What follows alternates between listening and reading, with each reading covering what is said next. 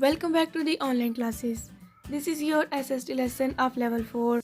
Today we are going to start our chapter 3, collecting old objects. Now let's start reading. There are things around us which are old and they do remind us about our old days. You may have some sort of toy which was given to you at that time when you were young. Various people collect things which are very old. They might be memorable one as well.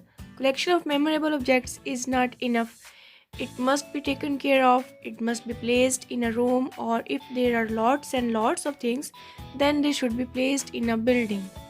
The place where old objects are kept is called a museum. In this paragraph, we have read that we should keep our old and memorable objects with great care and they should be kept in a proper place.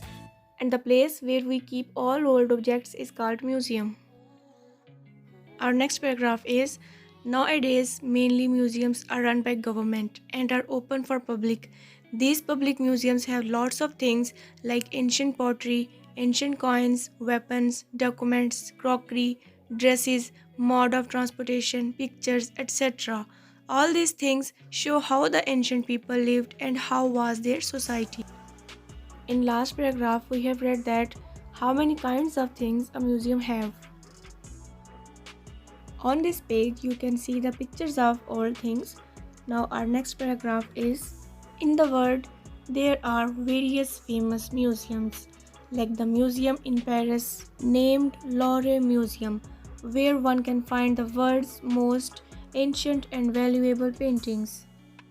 The most incredible museum is the Museum of Madame Tussauds. Our country Pakistan has also many museums like National Museum in Karachi. You have to learn the names of these specific museums. Now I am going to read next page. It has wide range of ancient objects which covers prehistory as well as prohistory. Prehistory is a new word for you, so watch its meaning. Prehistory is the time when people were unable to read and write. And prohistory is the time between prehistory and history. Moreover, there is special section which contains specimen of calligraphy which are not only unique but also very beautiful. Lahore Museum is famous for statues of Buddha. There are many statues and depicted tablets which contain the story of Gautam Buddha. This is your today's work.